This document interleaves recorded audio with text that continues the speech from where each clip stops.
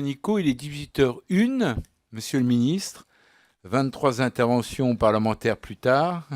La parole est à nouveau à vous avec évidemment un challenge qui est très certainement de ne pas répondre en profondeur à chaque interpellation, mais voilà, d'avoir un propos synthétique et néanmoins le temps nécessaire. Finalement, Monsieur le Président, j'aurais dû rester président du Conseil général, hein. C'est plus maîtrisable au niveau des interventions des uns et des autres. Mais vraiment, je vous félicite, mesdames et messieurs les députés, parce que voilà, vous avez non seulement des questions, mais aussi des interpellations, des propositions. Et c'est un enrichissement pour celui qui vous parle, et je le dis sans flagornerie, sans propos de tribune. Mais j'ai fait le compte, plus de 80 questions posées. Donc, dans le temps qui m'est imparti, c'est-à-dire 4 heures, c'est ça, Monsieur le Président, il me sera difficile de vous répondre. Et donc, en accord avec Patrick Bloch, je vous propose puisqu'on a pris toutes les coordonnées, de vous faire des réponses un peu globales, mais surtout de vous apporter, si vous acceptez l'augure, une réponse par écrit sur mon sentiment, sur les propositions et les questions qui sont les vôtres, à chacun d'entre vous. Euh, et dans un second temps, si cela n'est pas contraire au formalisme parlementaire, c'est de pouvoir peut-être vous recevoir au ministère par petits groupes sur telle ou telle thématique pour enrichir la réflexion de l'exécutif.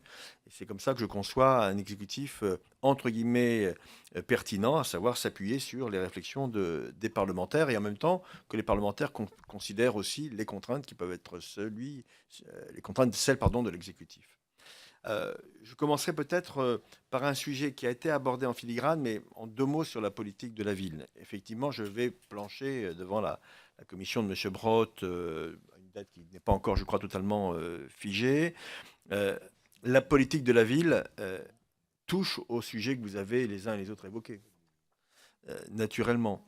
1300 quartiers prioritaires, 5 millions d'habitants, dont 2 millions de jeunes.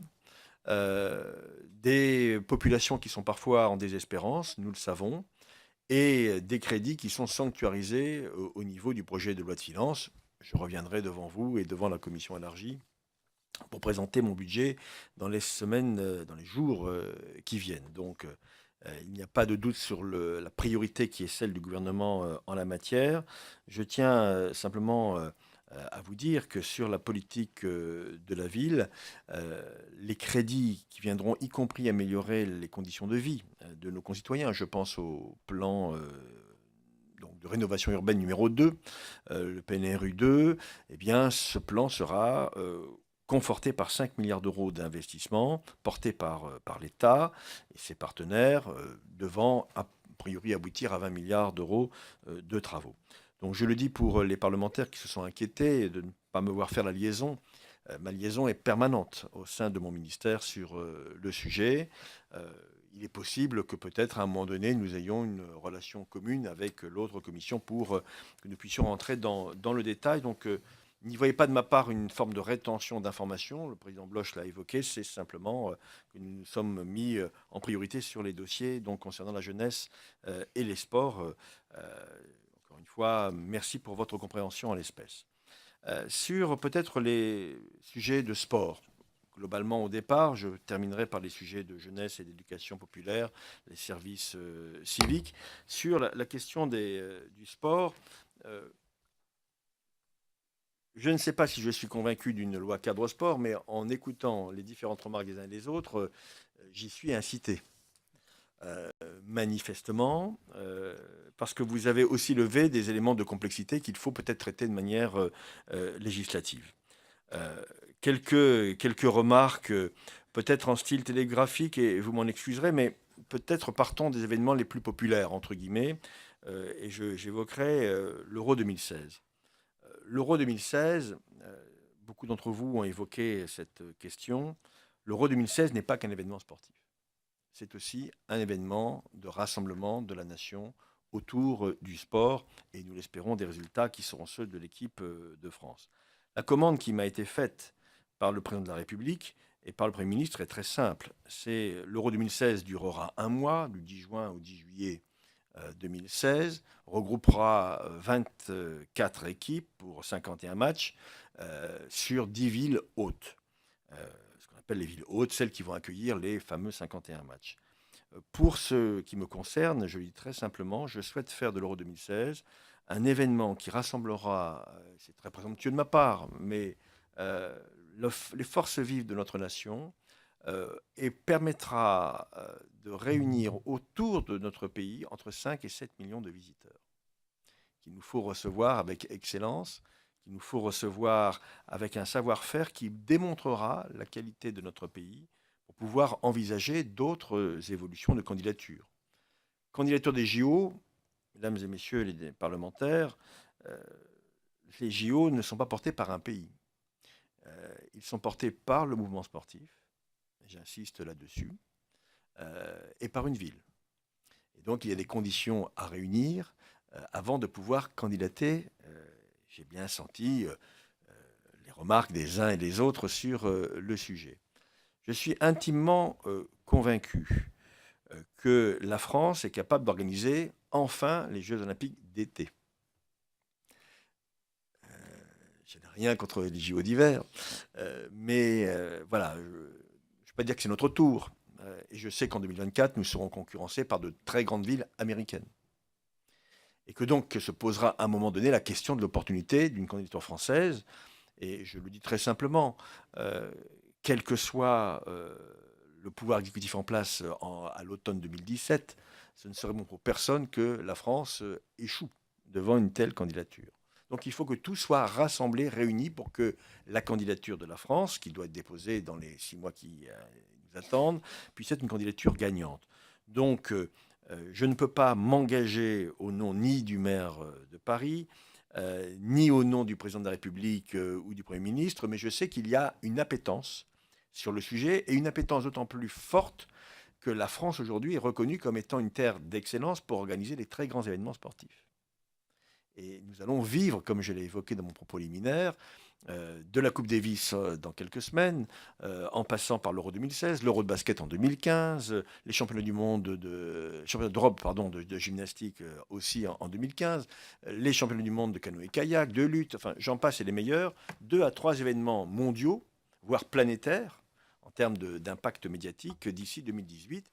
C'est une chance. Certains d'entre vous ou certaines ont évoqué le caractère économique de cette dimension sportive.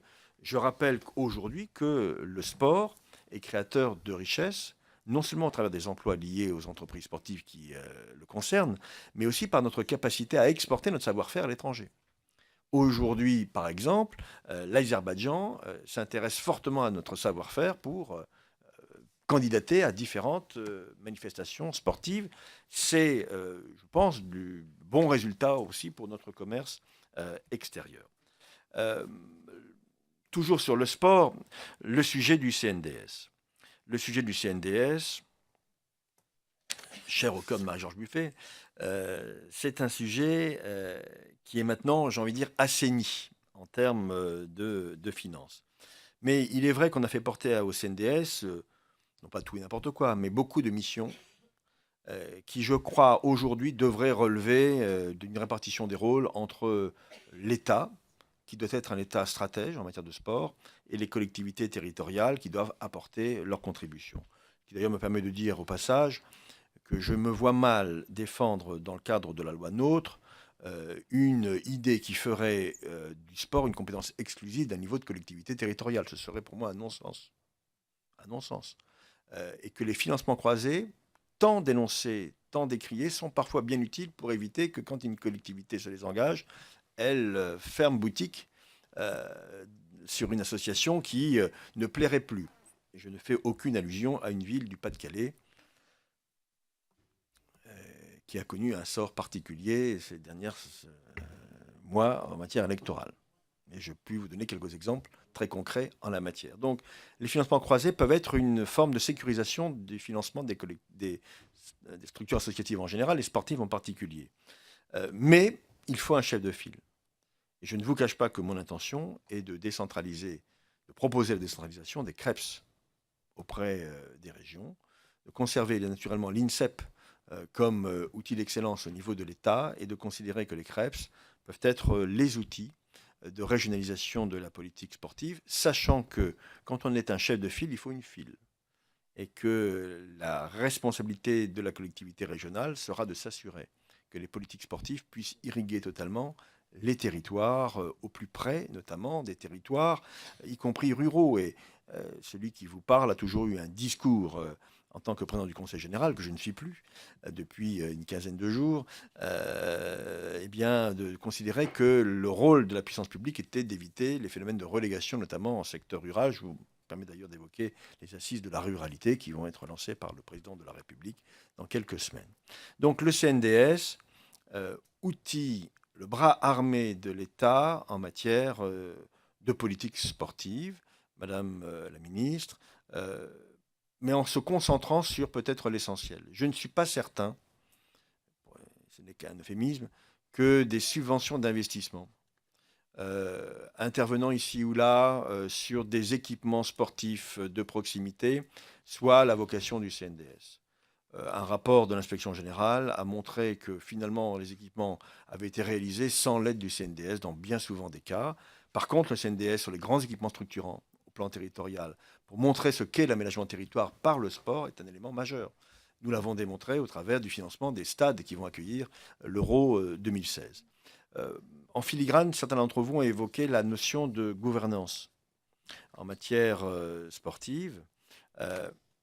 Depuis un mois, je mesure le poids que représente le CNOS, son président au passage, et l'appétence du mouvement sportif pour finalement considérer l'État comme étant peut-être un partenaire, mais un partenaire qu'il faudrait minorer. Je le dis très simplement, l'État gardera toute sa place en matière d'organisation, notamment du CNDS, et en matière de fixation du cap, non pas tout seul, mais en partenariat avec le mouvement sportif. Je crois à cet équilibre des relations entre le mouvement sportif et l'État, et bien sûr en n'oubliant pas les collectivités territoriales sur leur politique volontariste portée tant au niveau communal, départemental ou régional, voire même intercommunal dans bien souvent des cas aujourd'hui. Donc je m'attacherai à donner toute sa place au mouvement sportif, toute sa place, mais un mouvement sportif qui respecte la place de l'État. C'est pour moi un engagement que je prends devant cette commission, Monsieur le Président. Toujours sur les questions sportives, alors voilà, devant vos 80-90 questions, la diplomatie sportive. Oui, il faut considérer le sport comme un élément potentiel de développement sur la scène internationale pour notre pays. C'est une des priorités qui a été celle de Laurent Fabius, ministre des Affaires étrangères, qui a intégré la diplomatie sportive dans ses priorités, avec la création d'un ambassadeur, M. Jean Lévy, donc, qui nous accompagne dans en fait la popularisation du sport à l'étranger. Et j'insiste là-dessus, ce n'est pas qu'un enjeu culturel. Visant par exemple à développer des spécialités françaises en matière sportive vers des pays émergents qui peut-être n'ont pas connaissance de ce que nous pouvons représenter. Je prends souvent l'exemple d'un pays que je connais bien, qui est l'Inde. 80% du sport en Inde, c'est le cricket. Je pense qu'il y a des potentialités pour un pays d'1,2 milliard d'habitants de pouvoir pratiquer d'autres sports si bien sûr on est capable de valoriser les expériences françaises. Mais de la même manière, la diplomatie sportive, c'est un enjeu économique. L'un d'entre vous a parlé de J. Vance. Moi, je pourrais vous parler, étant nordiste, de Luc Doublé ou d'Oxylane Décathlon. Donc, nous avons tous des intérêts à promouvoir le sport à la française, avec l'excellence française à l'étranger. Toujours, je ne sais pas, je prends du temps là. Je prends du temps. Je prends un peu trop de temps. Il me reste, Monsieur le Président, 10 minutes. Un quart d'heure. Pas d'imitation de temps, mais oui, que nous puissions terminer dans un cadre collectif. Voilà. Une question très précise a été posée sur le redressement de l'URSSAF pour les clubs sportifs. Je voudrais simplement insister ici sur quelques éléments très, très ponctuels, parce que c'est un sujet qui, aujourd'hui, empoisonne les clubs donc dans nos quartiers, dans nos villes en tant que tels. Les sommes versées aux bénévoles pour la participation et l'accompagnement à des manifestations sportives ne sont pas assujettis aux cotisations sociales si elles n'excèdent pas 120 euros par manifestation dans la limite de 5 manifestations par mois. Voilà la règle. Le problème qui est posé est bien plus large. Il s'agit pour les associations de pouvoir encadrer leurs activités sportives avec des bénévoles qui n'ont pas toujours les diplômes nécessaires, entre guillemets, au regard des réglementations en vigueur, mais qui pour autant assurent une véritable mission d'intérêt général. À cela, je voudrais apporter donc deux réponses. Suite à un rapport de l'inspection générale, nous nous sommes engagés dans une réforme profonde des diplômes du ministère, je crois que vous le savez, et le ministère de la Jeunesse et des Sports délivre aujourd'hui des diplômes qui fonctionnent bien, puisque 80% de leurs titulaires trouvent un emploi dans les 7 mois. Je pense que c'est un élément donc de réponse. Deuxième élément de réponse, les groupements d'employeurs. Il est très compliqué pour des petites associations, pour ne pas dire des micro-associations, de pouvoir être compétentes sur le plan administratif, financier, embaucher du personnel, etc. Donc l'idée de groupement d'employeurs pourrait être une bonne formule pour éviter les désagréments qui ont été évoqués en matière d'URSSAF. La féminisation a été aussi évoquée à plusieurs reprises. 70% des fédérations ont mis en place un plan de féminisation. La loi sur l'égalité entre les femmes et les hommes a été rappelée à juste titre. Ce que je vous propose, à partir de vos réflexions, c'est peut-être la définition d'une feuille de route commune entre le ministère et le mouvement sportif pour aboutir à une véritable politique d'objectifs et de moyens en la matière. La politique de la ville doit aussi intégrer cette question de la féminisation. La place des femmes dans les quartiers très défavorisés aujourd'hui pose une vraie difficulté en termes d'équivalence, en termes d'équité et d'égalité. C'est une préoccupation que je porte, et aussi bien sûr avec Myriam El Khomri, secrétaire d'État en charge de ce secteur. L'USNAC, un mot, un feuilleton qui n'est pas digne, n'est pas correct par rapport aux sportifs, par rapport aux bénévoles, par rapport à la ville, au maire de l'USNAC. Je n'ai pas à faire de commentaires sur la décision de la DNCG. Je dis simplement qu'il faut absolument réduire, et c'est Thierry Braillard qui portera ce dossier, réduire en cas de situation similaire les délais pour ne pas créer une sorte de mansland pour des clubs qui ont mérité sur le plan sportif et qui ont une fragilité structurelle qui n'en permet pas de rentrer dans la cour des grands. Je ne vous cache pas que parfois la cour des grands a des critères pour empêcher les petits d'y rentrer qui parfois me choquent. Mais je ferme la parenthèse sur le sujet. Peut-être, je m'en excuse, il y avait des questions posées sur les piscines, mais je répondrai en direct sur le savoir nager. Sur le dopage, la PLD, je le rappelle, est indépendante. Le cyclisme a effectivement travaillé de bonne façon. Je pense que chacun maintenant peut le reconnaître. L'objectif aujourd'hui est de mieux cibler les contrôles, quelles que soient les disciplines. Je m'appuierai beaucoup sur les travaux de l'AMA, donc de l'Agence mondiale antidopage. Nous avons là une ambassadrice de choc au travers de Valérie Fournéron, dont chacun connaît l'engagement dans le domaine sportif pendant qu'elle était ministre en charge de ce dossier. Jeunesse, éducation populaire, service civique, mesdames et messieurs les députés, c'est le bras armé de la politique pour aujourd'hui le gouvernement en matière de jeunesse. Je m'étonne d'ailleurs que certains d'entre vous n'aient pas posé la question, mais faut-il pas généraliser le service civique à toute une classe d'âge ? 700 000 jeunes. Il y a des farouches défenseurs de la généralisation, en disant, mais voilà, tout jeune devrait faire un service civique. Ça rappelle une forme de conscription aux plus anciens ici présents et à la capacité de ces mêmes plus anciens à échapper à la conscription en tant que telle. Vous pourrez lever la main pour certains d'entre nous, peut-être, en la matière. Ce que je veux dire par là, c'est que je ne crois pas à l'obligation pour l'engagement des jeunes. L'engagement des jeunes, c'est un engagement qui nécessairement passe par le volontarisme. Et dans ce cadre-là, c'est un parcours. Beaucoup d'entre vous, Yves Durand évoquait le PEDT. Être jeune, c'est d'abord avoir été un enfant, avoir été un gamin. Et donc, le rôle des pouvoirs publics, c'est que ce parcours se passe dans de bonnes conditions. Et je pense que le service civique fait partie de cette condition de réussite. Le service civique n'est pas une mesure d'insertion professionnelle. Beaucoup, aujourd'hui, y compris dans le secteur associatif, font la confusion. Ce n'est pas un outil d'insertion professionnelle. C'est un outil de citoyenneté, d'engagement, qui peut-être au bout du bout, au bout de 6 mois, 8 mois, 1 an, peut constituer sur un CV un élément qui favorisera l'insertion professionnelle du jeune, mais ce n'est pas un outil d'insertion professionnelle.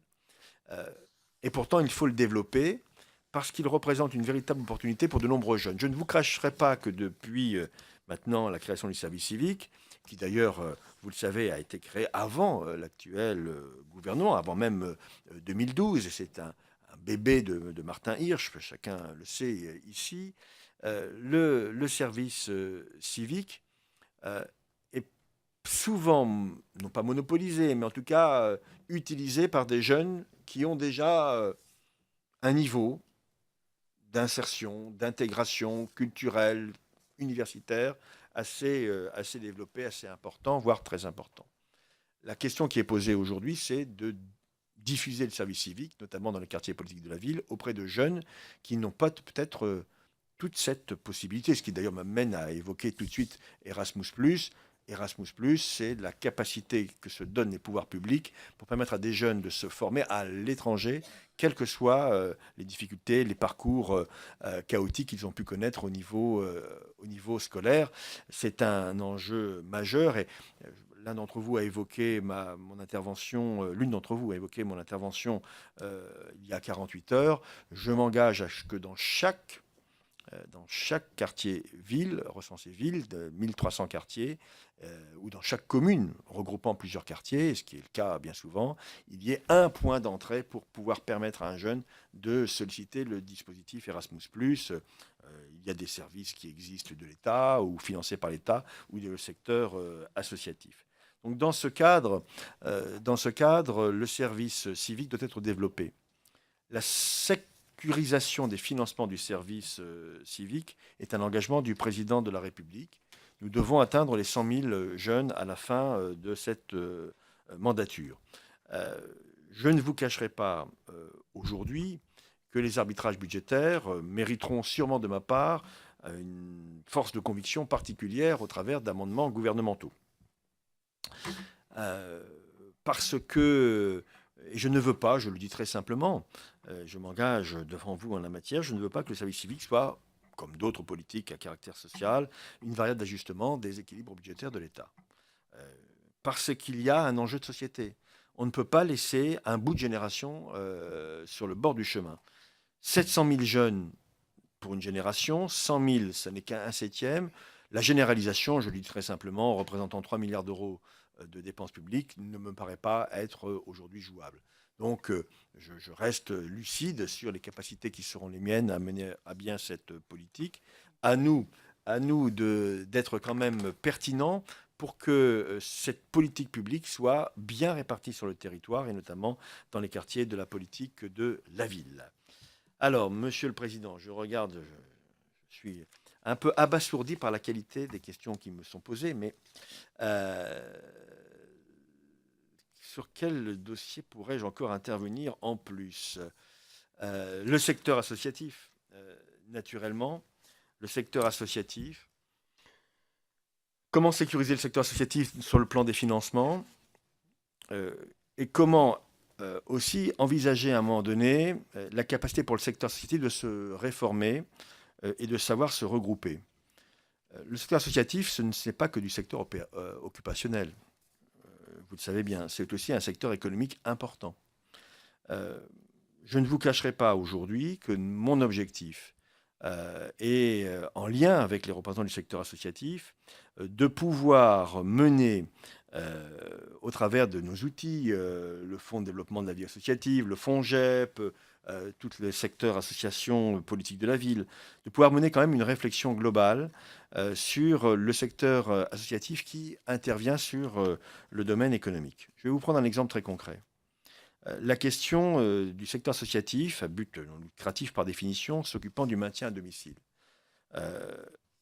Secteur historique, en la matière dans notre pays. Secteur irriguant tous les territoires, urbains et ruraux. Aujourd'hui, ce secteur souffre. Je n'ai pas de commentaire à faire sur la loi de M. Jean-Louis Borloo en 2005, ouvrant ce secteur qui était une sorte de privilège euh, associatif et permettant au secteur privé de pouvoir intervenir sur un champ qui était jusqu'alors réservé en la matière au secteur à but non lucratif. Mais nous avons créé une forme de dérégulation en la matière qui a fragilisé le secteur en question. Euh, et le sauvetage de ce secteur passera par des regroupements absolument nécessaires pour qu'il soit en fait plus pertinent sur le plan économique. Euh, je sais bien qu'en disant cela, peut-être je peux choquer certains parlementaires ici présents, disant mais la liberté associative, la notion d'appel à projet a été évoquée tout à l'heure, je l'ai bien entendu, et je suis d'accord pour dire que l'appel à projet ne doit pas perturber le projet associatif et la liberté du projet associatif. Mais dans toutes les hypothèses, on ne peut pas imaginer aujourd'hui que le secteur associatif n'aura pas lui-même à se réformer. C'est un sujet qui n'est pas facile. Nous touchons à une loi qui est plus que centenaire. Mais comparer le secteur associatif à but non lucratif dans un petit territoire, à côté de grandes associations qui emploient 1500, 2000 collaborateurs, je pense qu'à un moment donné, les pouvoirs publics devront réfléchir sur le cadre juridique concernant un secteur qui doit être développé et qui constitue un outil majeur aussi, notamment de l'éducation populaire. Merci pour certains d'entre vous d'avoir appelé mon engagement historique en la matière. Monsieur le Président, oui, si, j'attends beaucoup, je le répète, du rapport de Monsieur Yves Blein sur la simplification, sur les priorités, l'allègement des contraintes administratives, la responsabilité des dirigeants associatifs, leur statut, la manière pour les dirigeants associatifs de faire reconnaître leur engagement. C'est un sujet sur lequel je reviendrai devant vous, Monsieur le Président, Mesdames et Messieurs les parlementaires, les députés, parce que j'estime aujourd'hui que nous demandons beaucoup au secteur associatif dans le maintien du lien social. Je dirais même dans la construction d'une forme de pacification sociale dans certains de nos quartiers, sans jamais reconnaître, en tout cas pas suffisamment, aux dirigeants associatifs, à leurs bénévoles, une capacité, une reconnaissance en fait de la part des pouvoirs publics. Sous quelle forme? Contrat d'engagement? Est-ce que ça pourrait aller jusqu'à éventuellement une reconnaissance en termes, c'est une idée que j'avais portée dans le département du Nord, en termes de trimestre de cotisation de retraite? Pourquoi pas? C'est je crois, un encouragement nécessaire. Dans quelles conditions? Cela mérite bien sûr des propositions de ma part et aussi bien sûr un débat parlementaire particulièrement soutenu. Je reviens sur la réforme des rythmes éducatifs qui a été aussi évoquée, et ce sera peut-être l'une des dernières prises de position. La réforme, je sais qu'elle a été parfois critiquée, contestée. Elle est aujourd'hui en place. J'insiste vraiment pour dire que nous avons là une opportunité. Je mesure l'effort financier que cela représente pour beaucoup de villes. Mais faire de la politique, vous le savez, c'est faire des choix. Quel est le plus beau choix que d'investir sur notre jeunesse, sur nos enfants? Je sais bien qu'aujourd'hui, dans le cadre de dotations qui sont en baisse, certains maires disent, mais vous nous mettez une charge supplémentaire. Mais est-ce qu'on peut dire que s'occuper d'enfants constitue une charge supplémentaire? Permettre à ces enfants d'avoir un environnement éducatif de qualité, leur permettre de s'épanouir, comme cela a été évoqué par plusieurs d'entre vous. Permettre aussi la création de richesses au travers des animateurs formés, qualifiés, des emplois qualifiés, durables, non délocalisables, liés à l'éducation populaire.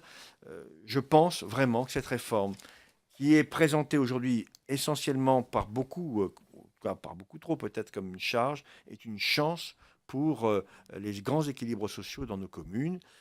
J'espère qu'avec le temps, et surtout avec la preuve par l'exemple, nous montrerons que ces villes, que ces maires, que dans ces quartiers prioritaires de la politique de la ville, que nous offrons aujourd'hui une politique républicaine, d'équité républicaine, qui fasse que finalement l'expression d'égalité qui constitue notre principale valeur aujourd'hui, eh bien, soit construite, co-construite entre l'éducation nationale, les mouvements associatifs d'éducation populaire et les collectivités territoriales. Cette réforme est une réforme que j'ai défendue avec une autre casquette. Je continue à la défendre comme étant préparatrice d'avenir pour nos quartiers. J'aurai sûrement l'occasion d'y revenir devant vous. Voilà, Monsieur le Président, avec l'engagement qui est le mien, question par question, député par député, de vous apporter ma position, une réponse complète sur chacun des sujets.